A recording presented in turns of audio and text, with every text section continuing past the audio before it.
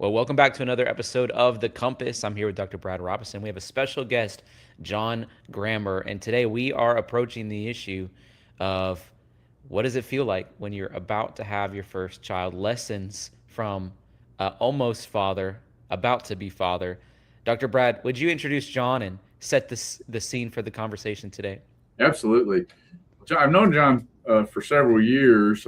We had his father on here a bit ago, Russell Grammer, Prodigy Leadership Academy, and then John has um, graduated, or was a prodigy, and then he's done life things and schooling and job and career, and he's come back to join us at Prodigy.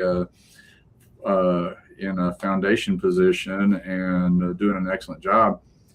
But I know he and his wife Andy, and they're about to have a child. And John was talking a little bit about that at a meeting we were at the other day. And I thought, oh, it'd be so cool just to have this. Let people that might be about to be a dad, or moms, or who are about to be a mom, that want to get the about to be dad to watch this. It's those sort of things. It's And so I thought it would just be cool to have John on here to talk a little bit about, like, wrapping your mind around, oh my goodness, like, this is real. This is about to happen. Something's going down here. And so, we're just going to jump in from there, John, and kind of take the conversation forward, and, just kind of wonder what are some of your, like, how are you wrapping your mind around this? Like, how far along is Andy? I can't remember off the top of my head. I've kind of gotten past the point of knowing how far along she is, and we've gotten to the point where we're counting down how many days are left. Yes. So I'm like, I don't know how long it's been, but we have about 2 months left. Yeah. So you're moving right along. Yep. So she's 7 months along. Now, there's got to be a mix of, like, total excitement, preparation, and maybe a little, just I wouldn't call it fear, but how would you describe that? What's that emotion of the unknown? Dude, that's really hard to describe.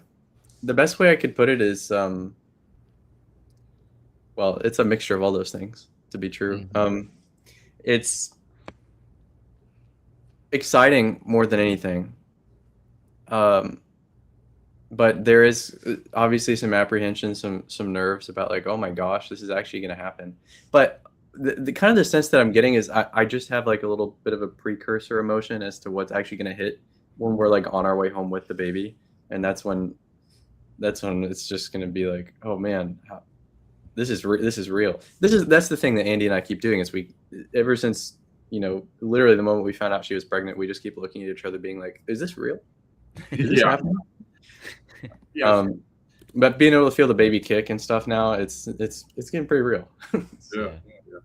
That's a good way of describing it, John, from the standpoint that I do think first time parents go through that, and it's this mix of emotion, but that is this real is a good way of describing it, because it's like, okay, I have this mix of emotion. I'm familiar with my emotions at this stage in life, and I can identify these. Oh yeah, I feel this, I feel this, I feel this. Yet there is something about being a first-time parent that you're like, wow, this is life changing. Something big happened here, and I don't even know what I'm feeling, but it feels big. Yeah. The way I would say it is, it's on one hand, it feels like we're kind of grieving what was. Yeah. We're also trying to be present in what is, like, with each other. Like, this is the last time that it's just going to be Andy and I with no kids. We want to have a big family, and so ideally it's going to, from this point on, we are parents. Like, we have a family beyond just us. Yeah. And we're also trying to prepare for what's to come. So it's this really weird kind of, like, balance, juggle, dance thing between those three. And obviously, there's all sorts of emotions that come with it, but that's the best way I can describe it. It's just kind of like processing, trying to be present, and also trying to prepare, and not doing too much of any one. So what's it like supporting her? Yeah, that's where I was going to. Well, it takes a lot of patience. And also a lot of I've really had to come to terms with the fact that I just really have no way to wrap my head around what it is that she's going through. I mean, she's the one with the baby in her stomach, you know? Mhm. Um, so it takes a lot of that, a lot, and it's kind of interesting too. I know this is really going to hit at the actual birth, but having to come to terms with the fact that even wanting to be like a protector and a provider and wanting to be able to like fix things for her, that this is kind of a lot of it's between her and God. And I'm like advocating for her, but I can't actually step into doing like I can't change anything about that baby's development, you Mhm. know, or when he's born. Like that's I'm there for support and encouragement, but besides that, it's kind of beyond me. So it's been an interesting mix of Are you hinting at some worries of like, hey, how's the development going? Is everything okay? um I'm trusting it's going well. I mean, Yeah. the doctors keep saying it's all well and stuff, but I think I'm just trying to prep myself for the actual day of birth. I think that's when it's really gonna hit because We have she's a gonna be video going on through. that. You should go watch it because Dr. Yeah. Brad's son-in-law went in depth on their preparation process for that. Oh, Yeah, that'd be yeah. really good for me to watch. And it was really good. He did such a great job too. Not Yeah. Yeah. only what he did the day of, but just describing, that they had a plan and then, you kind of don't have time to always access the plan when you're there. So he did Yeah. such a great job at describing what that was like. It took us into the room with him. Yeah. That And would it be was, really helpful. I would love that. Yeah. yeah, he did a good job. It was helpful. Yeah, take a look at it. And I think one of the things you talked about, well, two things that you were just talking about, John, that perked my ears up is, um, certainly it's very common for, first time parents to have some apprehension about, well, how are things going? Is the baby doing okay? Or is everything all right? So there's some of that. But the other, I think, can be now, guys, there's a broad range of guys, and we can overly stereotype guys sometimes, and I always try to avoid that. But there is some reality to the fact that, like, right off the bat, one of the challenges for guys is coming to terms with what you can control and what you can't control. Yes. You're Yes. at that stage of life where you're learning to assert yourself as a guy, and you're learning to assert yourself in your career, and you're a protector and you're a provider and you're asserting and you're moving, and then you right here, right off the bat, you're like, oh my gosh, this is a life-changing event, and I feel like I don't have like any control of what's going on with this pregnancy, and what am I supposed to do? Yeah, Yeah. that's a big it's a big deal, guys, so wrapping your head around that and being prepared to, like, it invites you immediately into a place of that humble servant role. It's like, well, I can't do anything else but humbly serve. And yeah. Yeah. That's where I'm at. Yeah. So what are some of the things that you've, like, just tell us a little bit about, like, what are some of the things you find yourself doing? That was one of the things that Travis did, I think, so well. He was like, during the actually going to the hospital and the delivery process, he's like, oh my gosh, I was doing so many things that I didn't think I was going to be so hands-on on. But give other dads some insights too about the, whatever it is, the foot rubs, or the go get me the pickle sandwich, or go Yeah. whatever it is. What are you and Andy going through with that? That's a big one. Because during the first trimester, Andy they call it morning sickness, but I would advocate for changing the name to all the time sickness. Yeah. Because it was any food, any smell, she was not, I mean, it was awful. And so it was less of she had like unique cravings, and it was more of everything sounded bad except one thing. And whenever she found that one thing that sounded good, I was like, I'm there. I'm your guy. I'm going to get it right now. Yeah. Because obviously there's so much happening with, the baby growing and everything that she needs nutrients. So I'm just like, all right, you know what? That's fairly straightforward, and I can do that. So I'm going to step up and help make it happen. Yeah. Exactly. Right now it's not super. I mean, it's like back rubs. She hasn't been a huge like ankle foot rub person. And one thing that's really nice is so she's not going to work. She's going to stay home with the baby, which I'm really grateful we're able to do that. And so over the summer, she's been able to sleep in a lot. And so I've kind of also been tiptoeing around the house, and because I'm kind of an early morning guy. And so that's been another small thing, is just get up early, don't wake her up, do my thing quietly, and then head off to work, let her sleep in. Because I know that's probably really good for the whole baby development and everything. And well, it's hard to say if she'll get that for baby number 2. So I figure it can at least help give it to her on baby number 1. Yeah, exactly. What questions do you have, John? I mean, not that I'm, we'll be able to answer them all, but like, just, we also, for you, other first-time dads, what are the questions that you find kind of popping up here? You're got 2 more months and you're like, oh, okay, where are we at? What's on the horizon? What do I need to be doing? Brad, it's kind of like, what questions don't I have? Yeah. Maybe a better way to say it. I don't know. I was praying about this recently, because over the last months, every person that I know who has kids, when I'm talking to them, I'm like, hey, you have any advice for me? Mm-hmm. How do we survive this first part? Stuff like that. And I was praying about that a few weeks ago, and I felt like God kind of was like, he's like, dude, just chill out. All right. It's going to be okay. He's like, for one thing, this is why I made you adaptable, because you cannot prepare for everything. He said, and 2, it's going to be all right, because I'm going to be with you. Mm-hmm. So that's kind of the mindset. Obviously, Andy and I have like signed up for a class and some other little things like that. And we're like going over like a birth plan and that sort of thing. But as far as questions that I have, there is so much that I don't know. Mm-hmm. And I'm trying to take the mindset of like, I'm going to jump in the water and learn how to swim, sort of thing. Yeah. So obviously I still want to learn, but there's just so much that I'm like, I could ask questions about anything and everything.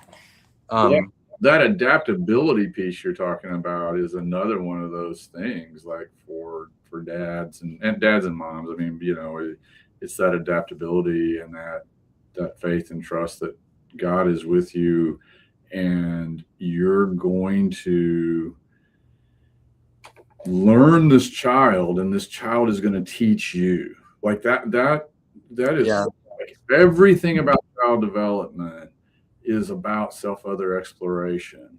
From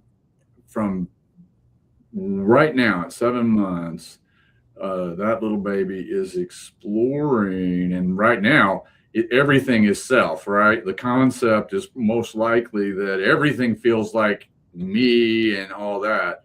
But right at the moment of birth, that little baby is going to be faced with an external world. Yeah. And you and Andy are going to be right at the heart and center of that. And so everything that goes on is about the interaction, the dance, and adaptability. Where I'm going with that is adaptability is exactly right. It's we teach. I mean, it's one of the beautiful things about Prodigy too, because Prodigy is founded on these kind of concepts that I'm talking about, and it's why I like Prodigy and am involved with it. Is yes, we teach, but like my little grandson now, that his dad was on right after the birth, he's 2.5 months. He's at that stage of a reflective smile. Yeah. Well, we don't teach him how to smile. We don't give him a textbook or give him the steps of like, here's what you do to make your, nervous system react in that way. He reacts, we react, and then the dance begins. He learns, we learn. Yeah. We learn him, he learns us. And so in many ways, that adaptability is at the heart of that. That you've got to be prepared to teach and be a part of that dance, but also to be taught. I mean, each one of my kids taught Paul and I who they were and how we needed to respond to them. They were all 3 still to this day, very different, and very similar, but yeah. Yeah. So that adaptability is really at a core, I mean, just that is a whole thing we could spend the rest of our time talking about it and just preparing for, because man, it just starts right off the bat. Yeah. Yeah. Yeah. Does your wife share that same disposition? Um, I think so. Being a mother is like her dream job. Mhm. Like that ever since she was little, she's like, when I grow up, I just want to be a mom. I just want to have a bunch of kids. Um, and so I've seen that in her. I mean, in her summers, she would babysit, and during the school year, she was an assistant teacher with little kids. That's one of the things that like drew me to her, was just seeing her love for children. Mhm. And so I think that, yes, I think she is leaning into that idea of like God will be with me, and it's going to be hard. I can't expect everything that's going to come around the corner, but I have a lot of confidence in her ability to be a mom, and that's actually one of the things I think that is like kind of, I'm not too terribly like frightened or anything, is because I'm like, yeah, we're a good team here, and I know that you have a good idea of what you're doing, and I think I have a decent idea of how to support you, and I'm gonna learn how to be supportive of this little kid too, and it's I think it's gonna be good. I think both of us are trying to go forward also without too many expectations, if you will, because that's Yeah. one of the common threads that I kept hearing from other parents that I would talk to, is like each child is different, each birth experience is different, and so trying to go forward without too many ideas of this is how it's going to go is well, what do they say? Disappointment just comes from missed expectations. So I'm I'm hoping that we can go forward just being like, you know what, God's got something in store. We're going to do our best to lean on each other. We're going to try and love this child and Mhm. be adaptable, like I said. Yeah. But yeah, I think she's in tune with that. We talk quite a bit about that sort of thing. So That's awesome. A couple of other things, I don't know where we're at with time, but a couple of other things just to emphasize, so people, if there's any dads watching this or moms watching this, one thing that John talked about, and Travis also talked a little bit about, and Aaron and Travis did, is a took a class, had a birth plan. Now, yeah, at one level, that's pretty standard, but at another level, I am surprised at how, in some areas, our healthcare system has kind of drifted a bit away from that. It's not, it's just, I mean, unfortunately, I'm seeing some trends that are a little disturbing to me of, you know, what I call checkbox medicine, even affecting this whole process. It's just like, oh yeah, I mean, you just show up and you have a yeah, baby, and then they send you home, and and yeah, there's maybe a little bit of lip service given to some things, but so my point is not to be negative. My point is to tell anybody that's watching, don't miss what John was saying there. Really be an advocate for yourself and for your wife and for your baby to be. Take a good class. Find a good class in the community, at the hospital where you're going to deliver. Take a good class. Prepare for this birth experience. Be prepared. It can be quite. If you're not prepared, it's going to be interesting, so challenging. So have a plan, take some classes, get some education about it, and be there to support your wife and child. yeah. That's a good word. That's what we're trying to do. Yeah. I have some Do you questions. guys have any like, okay, so this might look different for everybody, but if you can reflect on wait, Tyler, do you have kids? Not yet. Not yet. Okay. All right. Gotcha. Well, Brad, was there anything that you did for Paula when she was like uh expecting or like just postpartum, that sort of thing, that was especially supportive to her, that you found worked? Or anything you wish you would have done? I think the things that we did that were helpful was We did some classes together. Okay. I mean, if my situation was maybe a little bit different because I was in medical school. I was actually finishing up my 4th year medical school rotation, and I was my last rotation of medical school was in the neonatal intensive care unit. So Wow. I had quite a bit of, I had quite a bit of medical background and experience and all that. Yeah. But how that relates is one of the things. We took classes, we did breathing exercises together and all that. And with each one of our kids, it was especially true with with Erin, because there was she was okay, but man, her delivery went from doesn't seem like anything's happening to boom, all of a sudden we got a baby.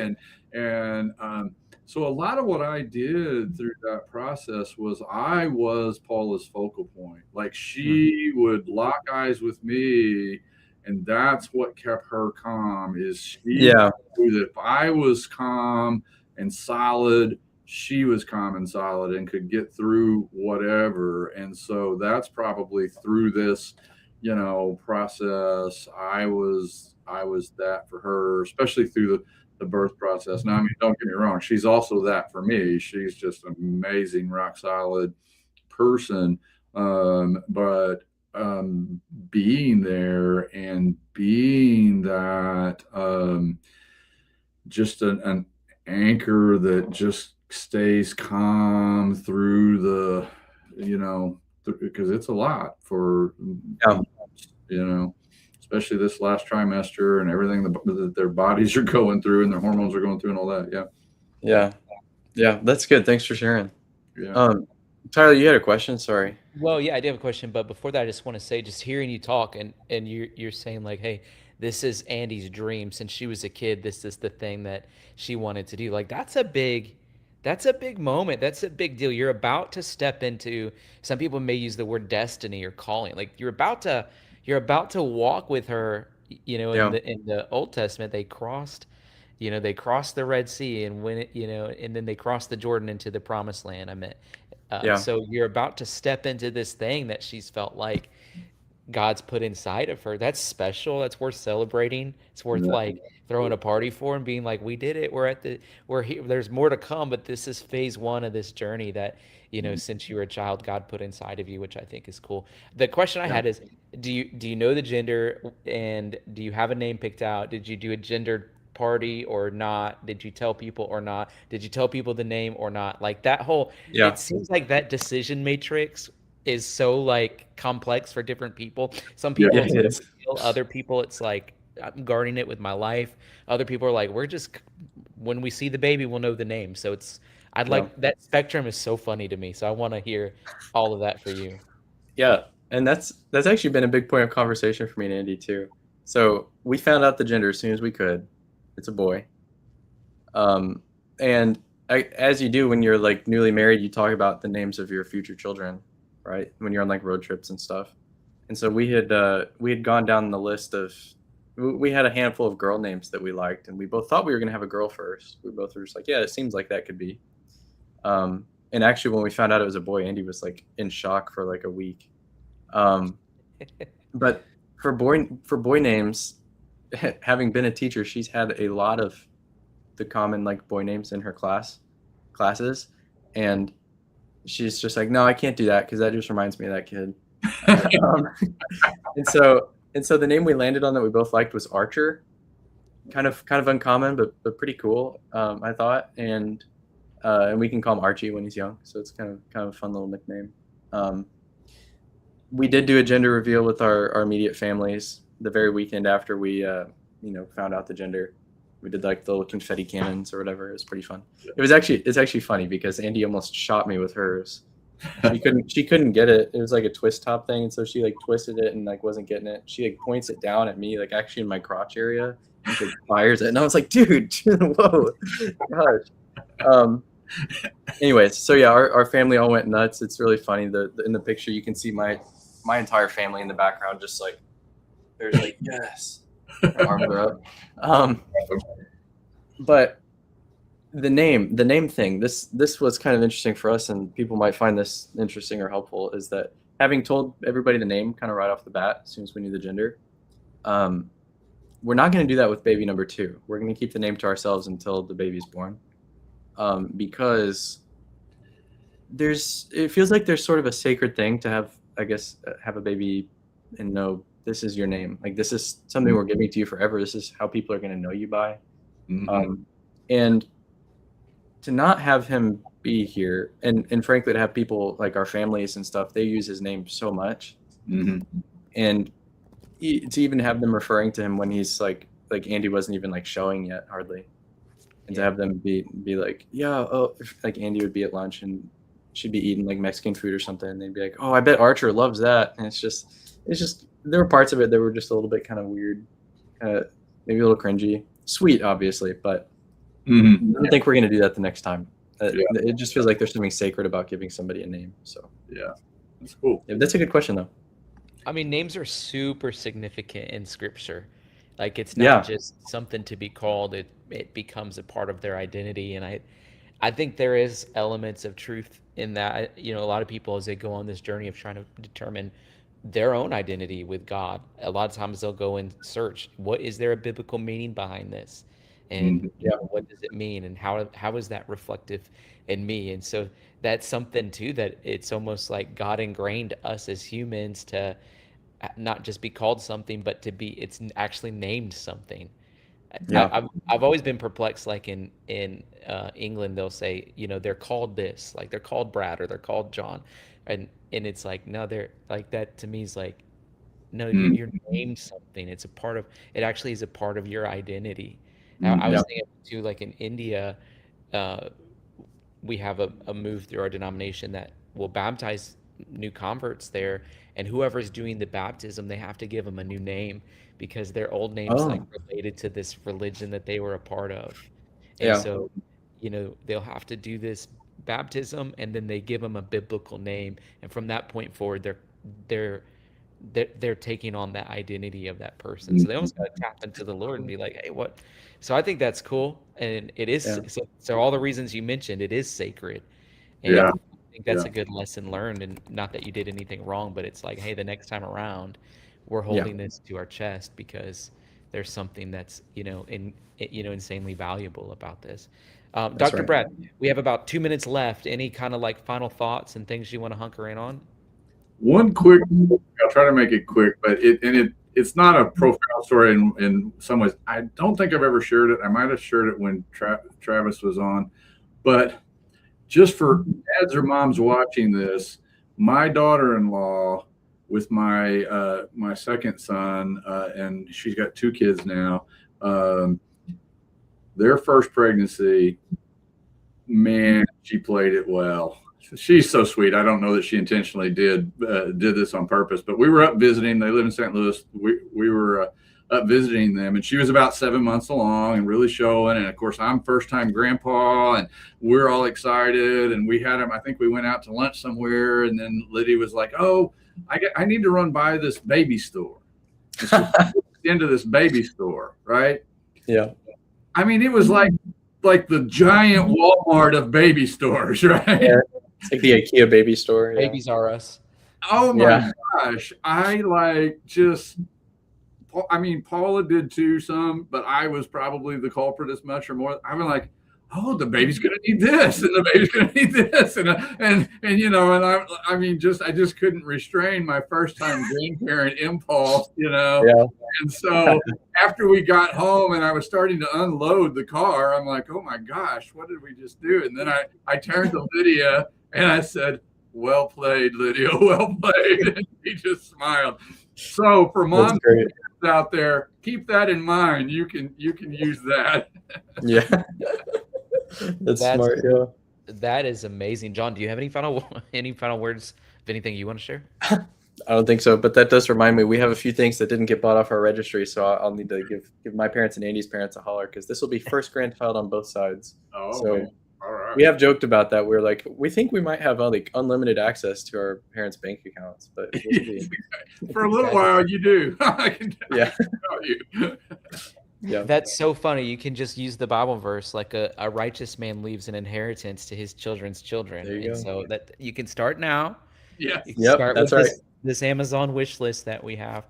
Well, Yeah, it's there been you go. such a great time, and John, thank you for joining us. I would encourage you go back on the YouTube channel, watch Travis's episode because he Certainly. did a very good job of taking us into that hospital with him and Yeah. talk through the audibles they had to call. Like Peyton Manning's the audible king of football. Travis sounded like the audible king of birthing, and so he Nice. did such a great job of just he was present, you know, in the room, but he was also present with the Lord, and he was just trying to and then he had to process it when he got home, I think. But Yeah. you know, he did a great job, Yeah, I'm and excited to watch that. and you did an awesome job too of kind of just here's the unknowns, here's the things we're dealing with. So it's such a great reference point for us to point people to. So thank you Yeah, for thank that, and thank you for everybody tuning in to another episode of The Compass. You can visit us bradrobinsonmd.com or call 573-334-7055 to make an appointment, and we'll be back again